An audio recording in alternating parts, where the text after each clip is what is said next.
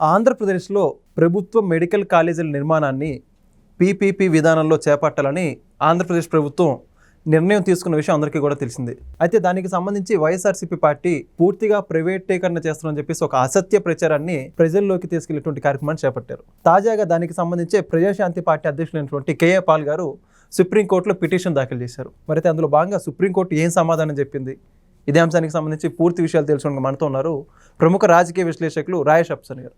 Sir నమస్కారం అండి. నమస్కారం. మొత్తానికి ఆంధ్రప్రదేశ్లో ప్రభుత్వ మెడికల్ కాలేజీల పీపీపీ విధానానికి సంబంధించి రాజకీయంగా ఒక రగడ మొదలైందనే చెప్పుకోవాలి. ఓ పక్క వైఎస్ఆర్సీపీ కోటి సంతకాల కార్యక్రమం ఈ విధంగా కొంతమంది బయట వ్యక్తులు కూడా వైఎస్ఆర్సీపీ సింపథైజర్స్గా చెప్పుకుంటూ కోర్టులో పిటిషన్ దాఖలు చేశారు. దానికి సంబంధించి కోర్టులు ఏం సమాధానం చెప్పారో రాష్ట్ర ప్రజలందరూ కూడా చూశారు. తాజాగా కేఏ పాల్ గారు ఆయన కూడా సుప్రీంకోర్టులో పిటిషన్ వేస్తే సుప్రీంకోర్టు కూడా దాన్ని హైకోర్టుకి తీసుకెళ్లాల్సిందిగా సూచించినట్టు అర్థమవుతుంది. మొత్తానికి కేఏ పాల్ గారు దాఖలు చేసిన పిటిషన్ గురించి ఏమంటారు పూర్తి విషయాలు? ఇప్పుడు వాస్తవంగా కేఏ పాల్ గారు పబ్లిక్ ఇంట్రెస్ట్ లిటిగేషన్ ఫైల్ చేయడాన్ని తప్పుపట్టాల్సిన నష్టం లేదు. కాకుంటే ప్రభుత్వ ప్రతి నిర్ణయాన్ని విభేదిస్తూ ప్రభుత్వ నిర్ణయాలకి దురుద్దేశాలు ఆపాదిస్తూ దాన్ని పబ్లిక్ ఇంట్రెస్ట్ పేరిట కోర్టు సమయాన్ని వృధా చేస్తే కోర్టులు కూడా ఆగ్రహం వ్యక్తం చేస్తాయి. ఇవాళ కేఏ పాల్ గారికి జరిగింది అదే. బాధ్యత కలిగిన పౌరుడిగా ప్రజలకు ఏదైనా అన్యాయం జరుగుతున్నప్పుడు ఆ అన్యాయాన్ని ప్రశ్నించటం వేరు, ఒక రాజకీయ పక్ష నాయకుడిగా ప్రభుత్వంతో రాజకీయంగా విభేదిస్తూ రాజకీయంగా ప్రభుత్వ పరంగా తీసుకునే ప్రతి నిర్ణయాన్ని కూడా వివాదాస్పదం చేయటం కోసం, దాని ద్వారా మీడియాలో ప్రచారం రప్పించుకోవటం కోసం న్యాయస్థానాలను వేదికగా చేసుకోవటం విషయంలో న్యాయస్థానాలు మొదటి నుంచి కూడా చాలామంది దాఖలు చేసిన పబ్లిక్ ఇంట్రెస్ట్ లిటిగేషన్ విషయంలో అభ్యంతరం వ్యక్తం చేశారు. మీ రాజకీయాల కోసం కోర్టులను వేదికగా మార్చుకోవద్దు, కోర్టులు మీ రాజకీయ ఎజెండాలో భాగం కాదు అని చెప్పని చాలా సందర్భాల్లో చెప్తూ వచ్చారు. ఇవాళ మరొకసారి ఏపీ ప్రభుత్వం, ఎన్డీఏ కూటమి ప్రభుత్వం ప్రభుత్వ మెడికల్ కళాశాలల నిర్మాణాన్ని పీపీపీ మోడ్లో, అంటే పబ్లిక్ ప్రైవేట్ పార్ట్నర్షిప్ మోడ్లో నిర్మాణం చేయాలి అని చెప్పని తీసుకున్న నిర్ణయాన్ని విభేదిస్తూ గతంలోనే హైకోర్టుకి కొంతమంది వెళ్ళారు.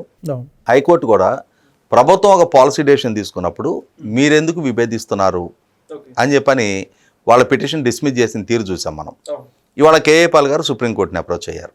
సుప్రీంకోర్టుని అప్రోచ్ అయినప్పుడు గౌరవ సుప్రీంకోర్టు కూడా మీరు మీ ప్రచార ఆర్భాటాల కోసం న్యాయస్థానాన్ని వేదికగా చేసుకుంటున్నారు, మీరు ఏదైనా హైకోర్టులో తేల్చుకోండి, సుప్రీంకోర్టుని ఎందుకు వేదికగా చేసుకుంటున్నారు అని చెప్పని కేఏ పాల్ గారిని మందలించారు.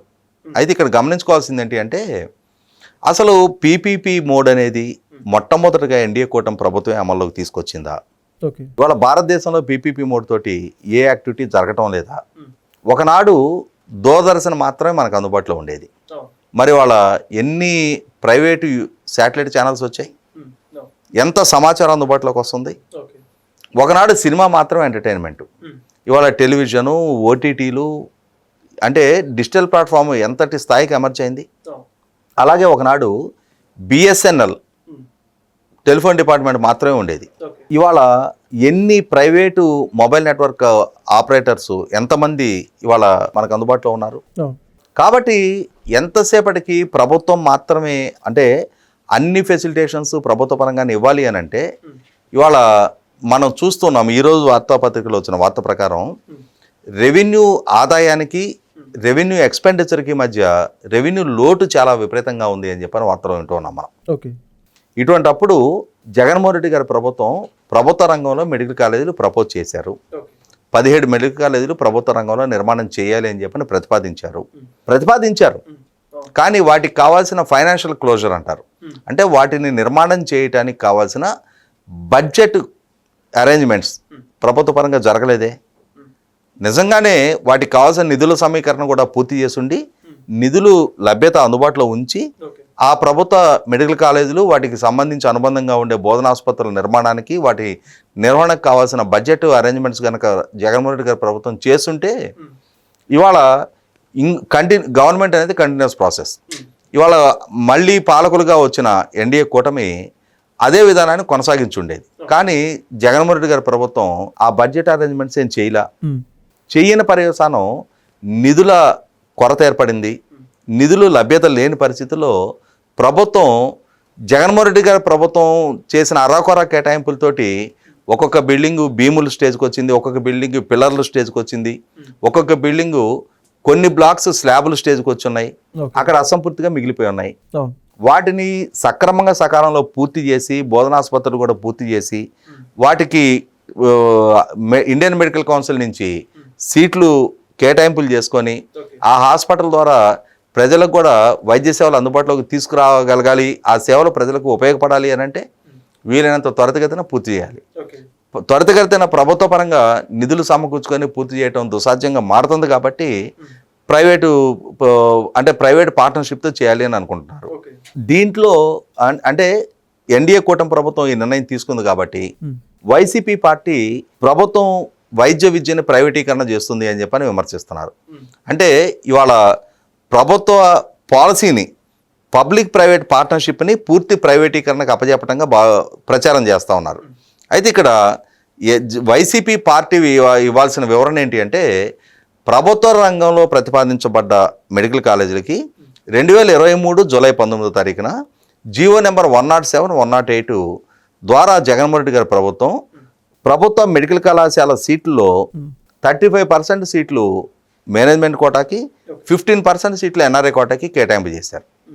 మరి ప్రభుత్వ కళాశాలల్లో మేనేజ్మెంట్ కోటా అనే అసంబద్ధ ప్రతిపాదన, అలాగే 15% ఎన్ఆర్ఐ కోటా అనే అవగాహన రాహిత్యపు ప్రతిపాదన మరి జగన్మోహన్ రెడ్డి గారి ద్వారా తీసుకొచ్చినప్పుడు ఆ రోజు ఈ కేఏ పాల్ ఎక్కడున్నాడు? 12 లక్షలు, 20 లక్షలు, 35 లక్షలు అని చెప్పని 3 కేటగిరీల ఫీజు ప్రతిపాదన ప్రభుత్వ కళాశాలల్లో ప్రతిపాదించబడిన రోజున మరి దాన్ని సీట్ల ప్రైవేటీకరణ అంటారా? మరి మేనేజ్మెంట్ కోటా ద్వారా కన్వీనర్ కోటా కాకుండా డబ్బులున్న వాడికి సీట్లని అమ్ముకునే ప్రతిపాదనతోటి వైసీపీ ప్రభుత్వం ప్రతిపాదన చేసిన రోజు ఆ రోజున ఇది కదా ప్రైవేటీకరణ అని చెప్పని ఆ రోజు ఈ కేఏ పాల్ కానీ ఇంకొకరు కానీ లేదు వైసీపీ పార్టీ కానీ ఆ రోజు ఆ నిర్ణయాన్ని ఎలా సమర్థించుకుంటారు? ఆ పాలసీ డెసిషన్ వాళ్ళు తీసుకున్న తర్వాత ఇవాళ ఆ రోజు ప్రభుత్వ రంగంలో నిర్మాణం చేస్తున్న కళాశాలలకి బ్యాంకుల ద్వారా అప్పు తీసుకొచ్చి అప్పుతోటి ఆ కళాశాల నిర్మాణం చేస్తాం, అప్పు తీర్చడానికి రీపేమెంట్ సోర్స్గా ఈ సీట్లను అమ్ముతాము అని చెప్పని వైసీపీ పార్టీ ప్రతిపాదించిన రోజున దాన్ని ప్రైవేటీకరణగా ఏమనాలి?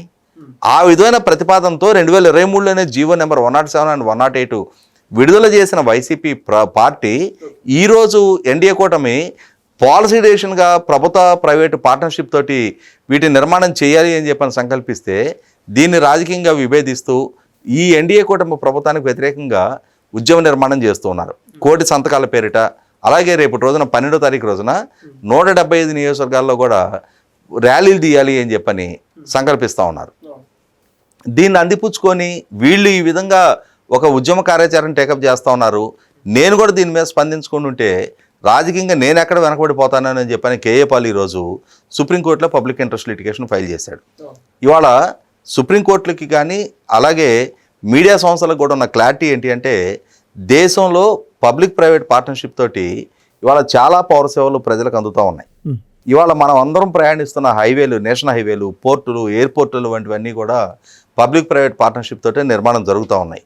వాటి ద్వారా యూజర్ ఛార్జీలు, ఆ సర్వీసెస్ మనం వాడుకున్నందుకు మనం ప్రతి పౌరుడు మనం పే చేస్తూ ఉన్నాం. అటువంటప్పుడు ఇవాళ ప్రభుత్వ పరంగా నిర్మాణం సాధ్యం కానప్పుడు ప్రభుత్వ పరంగా కేటాయింపులు చేసి నిర్వహణ కూడా సాధ్యం కాదు అనుకున్నప్పుడు ఇవాళ ఎన్డీఏ కూటమి ప్రభుత్వం కూడా పబ్లిక్ ప్రైవేట్ పార్ట్నర్షిప్ తోటి కళాశాల నిర్మాణం చేయాలి అని చెప్పని సంకల్పిస్తూ ఉన్నారు. ఎలా అయితే జగన్మోహన్ రెడ్డి 50% సీట్లు మేనేజ్మెంట్ అండ్ ఎన్ఆర్ఐ కోటా కేటాయింపు చేశాడో అదే విధమైన ప్రతిపాదనతో ఇవాళ రాష్ట్ర ప్రభుత్వం కూడా 50% కన్వీనర్ కోటాలోను 50% మేనేజ్మెంట్ కోటాకి సీట్లు కేటాయింపు చేస్తూ పబ్లిక్ ప్రైవేట్ పార్ట్నర్షిప్ తోటి ఇవాళ నిర్మాణం చేయడానికి సంకల్పించుకున్నారు. అంటే రాష్ట్ర ప్రభుత్వం భూమి కేటాయింపులు చేసి అనుమతులు మంజూరు చేయించిన పక్షంలో పెట్టుబడి పెట్టి భవనాల నిర్మాణము, ఇన్ఫ్రాస్ట్రక్చర్ క్రియేషన్ మొత్తం కూడా ప్రైవేటు ప్లేయర్స్ వాళ్ళ ఇన్వెస్ట్మెంట్ తోటి వాటిని కంప్లీట్ చేసి ఆ కాలేజీలు సకాలంలో అందుబాటులోకి తీసుకొచ్చి అటు వైద్య విద్యార్థులకి సీట్లు అందుబాటులోకి తీసుకొస్తారు. అలాగే బోధనాసుపత్రుల పేరిట ఇవాళ 100 పడకల హాస్పిటల్ కూడా ఆయా ప్రాంతాల్లో ప్రజలకి వైద్య సేవలు అందించడానికి అందుబాటులోకి తీసుకొస్తున్నారు.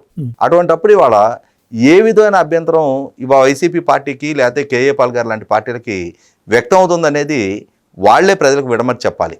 అసలు ఏమీ నిర్మాణం చేయకుండా పునాదుల స్థాయిలో దశాబ్దాల తరబడి కొనారెళ్ళటం ముఖ్యమా, లేదు వీలైనంత త్వరితగతిన ఆ కాలేజీ నిర్మాణం పూర్తి చేసి ఆ సేవలు ప్రజలకు అందుబాటులోకి తీసుకురావడం ముఖ్యమా అనేది ప్రజలకు ఒక స్పష్టత ఉంది. కాబట్టి గతంలో హైకోర్టులో పిటిషన్ దాఖలు చేసినా, ఇవాళ సుప్రీంకోర్టులో పిటిషన్ దాఖలు చేసినా కూడా ప్రభుత్వ పాలసీ డెసిషన్లో ఉన్న తప్పేంటి, ప్రభుత్వం పబ్లిక్ ప్రైవేట్ పార్ట్నర్షిప్ ద్వారా నిధుల లభ్యత అందుబాటులో లేనప్పుడు ఏదో ఒక రకంగా వాటి నిర్మాణం చేయాలి అని సంకల్పిస్తుంటే దాని పట్ల ఎందుకు అభ్యంతరం వ్యక్తం చేస్తున్నారు అని చెప్పని వాళ్ళ న్యాయస్థానాలు కూడా ఇవాళ ఈ పిటిషన్దారులని ప్రశ్నిస్తున్నప్పుడు అందులో అంటే ప్రభుత్వ పాలసీలో ఉన్న హేతుబద్ధత ఏంటి అనేది న్యాయస్థానాలకు అర్థమవుతూ ఉంది, ప్రజలకు అర్థమవుతూ ఉంది.